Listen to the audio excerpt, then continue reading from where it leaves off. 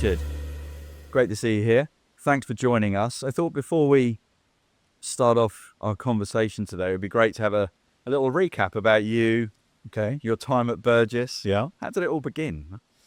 My time at Burgess or my involvement in yachting? Well, let's go with yachting Let's first. go with yachting. Yeah. Okay. That's going back quite a long time now, probably more years than I care to admit. But originally, my first sort of touch point in yachting was at school and university. I used to teach sailing and always had this absolute love of boats and the water.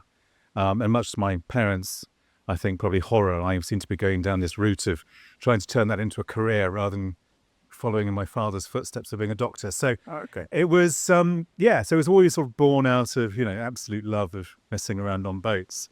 And then got involved with Princess many years ago. So down in Plymouth, and had a long association with Princess over the years as well. So that's where it all began. And then the Burgess part of the story? The Burgess part of the story, I moved out to Mallorca. When I came back from Mallorca, I was doing some work with Medsail, who were the Azimut dealership for the UK. And I got to know a number of the Burgess crew as well. And they were looking at the time of setting up a new division specialising in the semi-custom world, because Burgess is very, very well renowned on the very custom side of the market. And we started discussions about launching what became Ocean Star. And that was 20 years ago, almost to the day. Yeah. Wow. 20 years ago for Ocean Star. Yeah, 20 years ago. So my association with Burgess is, almost coming up to 20 years.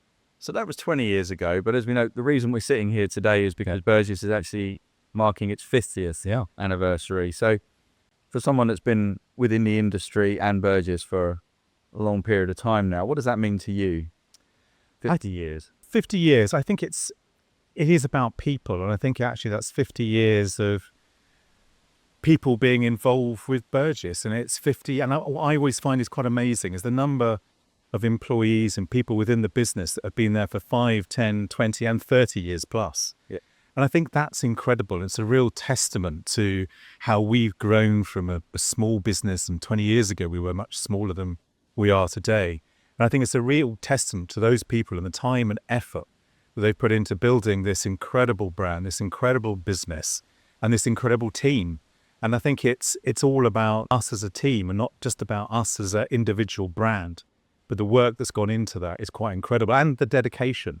And when you look at somebody like Jonathan Beckett as well, and he's been involved with the business for such a long time, and seeing the dedication and effort, passion and drive that he's inspired in us all to bring us where we are today. We met with Mr. Beckett a little while ago and had a sort of similar conversation with him. But I guess, ultimately it has to be from both sides. That dedication and that,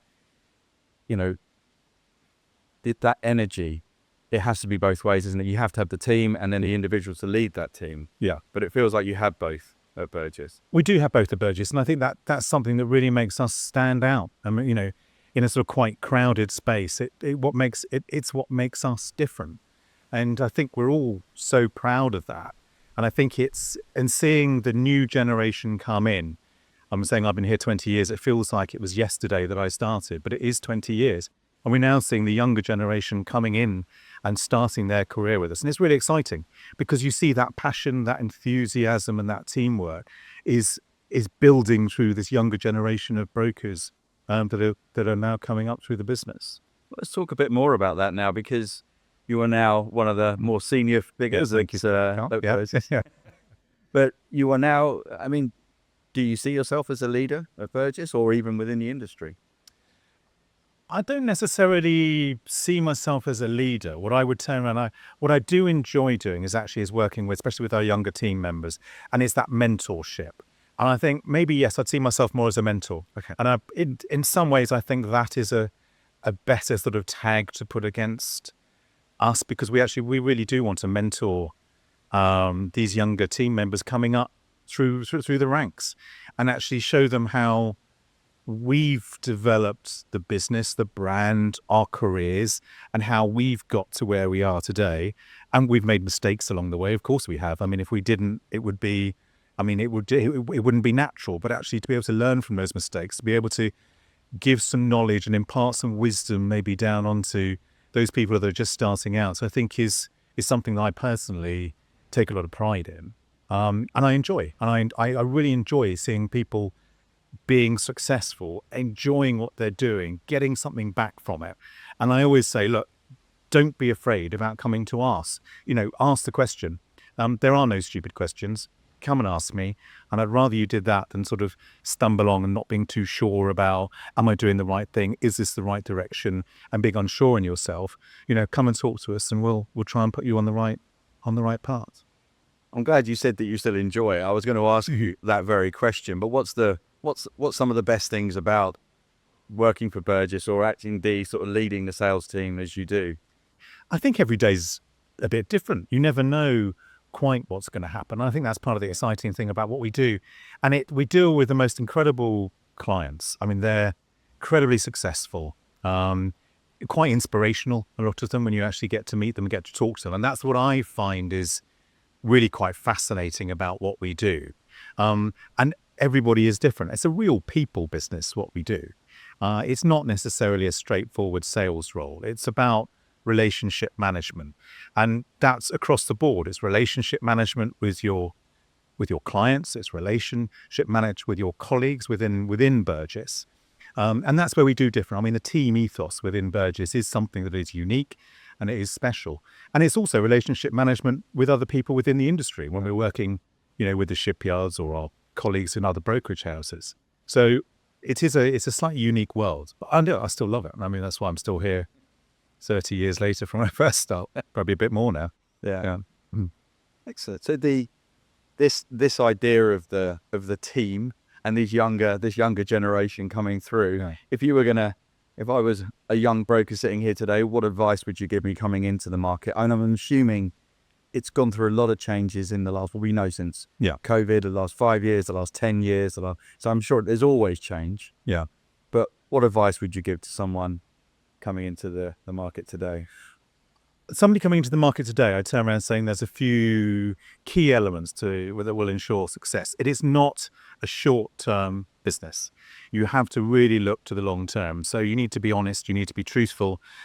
You need to turn around and make sure that you've got knowledge that you can impart in an impartial way. And you need to think to the long term, because it's about that relationship management. So, and there will be disappointments. There will be a lot of disappointments. You need to have a thick skin doing this job, because it's not easy, and it is challenging. But that's part of what makes it great, because it is challenging and it does push you and it does test you. So you've got to have resilience. But being honest, being truthful to yourself and to the clients is paramount in being able to be successful in a brokerage role. Yeah. See that. If we were to switch the focus slightly more towards the industry itself, and you've already mentioned about the fact that you work for a boat builder. Yep. Thinking about yachts themselves, I mean, that's why we're all here, right? Yeah. It's the yachts. Yeah. But what's exciting you about the future of yachting from a product point of view, if it doesn't sound too dry? If you see yachting is an evolution rather than a revolution. I mean, that's for sure. I think when you look at design, I think we've seen some really exciting trends that have come through, especially in the last few years. I would say it's actually more about spending time enjoying being on the water. It's about interaction with the water and a cross-generational standpoint. And if you look at how all these beach clubs have been evolving, and I think that's quite interesting. It's less about maybe being sat on the back of the yacht and drinking rosé, and it's more about getting out there and doing stuff, playing, with water sports, etc. And I think that's really key. But I think the design where it's evolved also, we've got huge amounts of glass have come in. It's made more of an indoor-outdoor experience. You can sit inside one of these beautiful yachts now, and you've got a panoramic view. And if you're anchored in a bay somewhere, that is your backdrop. So I think actually from a design, we've seen, I would say, more of an interactive water sports, not necessarily exploration, but I think people interacting more with the water. That's where we've seen the design go. I think what's exciting for the future, and we're seeing now maybe with this Fedship project with 821, with the hydrogen, and I think there's a lot of work that's now going into sustainability, and that's going to be, over the next 5 years, is going to be very, very key to how the industry develops. And it may not go down the hydrogen route. I think we're looking a lot of talk about methanol at the moment now for alternative fuels. But I think that's going to be really, really exciting over the next few years. And I think we're going to see the shipyards are starting to really lead the way on that development. And I think with clients now getting more and more interested in sustainability and how they're going to be turning around, how these yachts are going to be powered in the future will be key. And I can't tell you where it's going to go. No, they're going. I was about to ask you if you could tell me where it was going to go, but but we might well just see that defined move to future fuels in the next 5 to 10 years, you think? Or I think we will. And I think it's going to be almost like a dual fuel system. Right. And we could be looking at this in 5 years' time and you could say, well, Richard, you're completely wrong.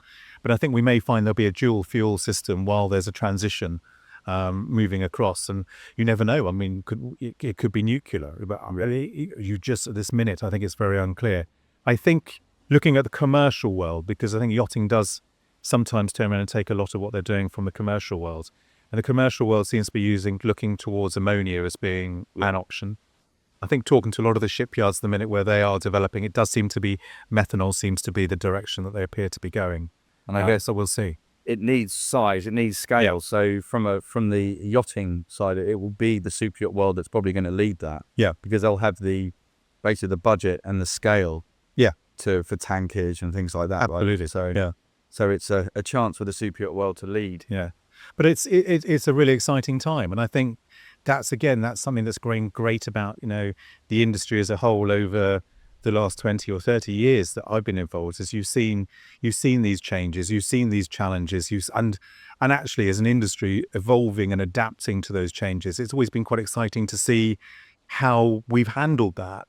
And I think moving forward, again, this is the next sort of challenge and the next question that needs to be answered, and there's a lot of people working very hard in delivering what's going to be the solution to the future of fueling these incredible vessels. Coming back to the yachts a second, you already made the point about the fact that yachts are just more interactive, as in they are working a lot harder, their owners, and the inside-outside design that you alluded to. Tell me a bit about the way the semi-custom market is evolving. Well, that again has been quite incredible. I mean, looking at semi-custom, all yachts sort of 40 meters, maybe 20 years ago, were custom built. That semi-custom world didn't exist, and the explosion that there has been in semi-custom product now, especially within that sort of sub 50, 55 meter sector of the market, is quite incredible, and it brings the ability for clients stepping into yachting for the first time, or stepping into that super yacht world for the first time.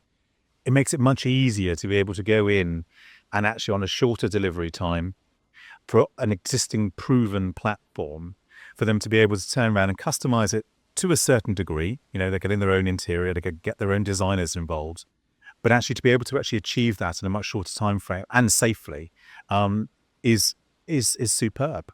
And I think actually we've seen that market explode, and also for the shipyards, it de-risks what they're doing as well, because it's a known entity, and they have the ability to be able to create a production line to a certain degree that they are confident in the fact that we're going to be able to turn around and sell this. It's repeatable, it's safe, we know it works. So I think from many levels it works well for the client, which is the main principal objective for all of this. But it does work well for the shipyard as well. So for the uninitiated, I can almost count myself in that group, maybe. But the sort of, maybe tell us a bit about the difference between custom and semi-custom, because people might not understand about the fact that a lot of these larger yachts are bespoke, for want of a better term. That you've touched on quite a few points there, but just the sort of top line differences between custom and semi-custom. I think probably the best way, if you're starting with, from a custom project, that is literally starting with a blank sheet of paper. So you're sat there with a bit of paper, you're going to sit with an exterior designer and saying, right, what do I want? So you're starting from zero. If you're stepping into a semi-custom platform, that's been done. So there'll be an exterior design. The engineering has also turned around and been completed. So your engine, your generators, all the systems that make that yacht work is already designed, and you have the ability to come on and actually make some changes on the interior, maybe some of the exterior layout. You're going to be fairly fixed on, for example, you'll be fairly fixed from how the yacht looks like from the exterior, and from the engineering standpoint is going to be pretty fixed. But you will have quite a lot of input over the interior, the design, and maybe some of the cabin layout from the interior aspect as well. And what sort of size range are we talking about now for a semi-custom yacht? You were saying this before, 40 meters would generally be a full custom. But where does that semi-custom market sit now? We're now seeing, I mean, there's yachts 60 meters plus actually within that semi-custom platform. I would say where you're seeing the majority of the majority is sub 60 meters. So I would say, and from us, from a market standpoint, our focus is generally from the 30 meter, 100 foot up.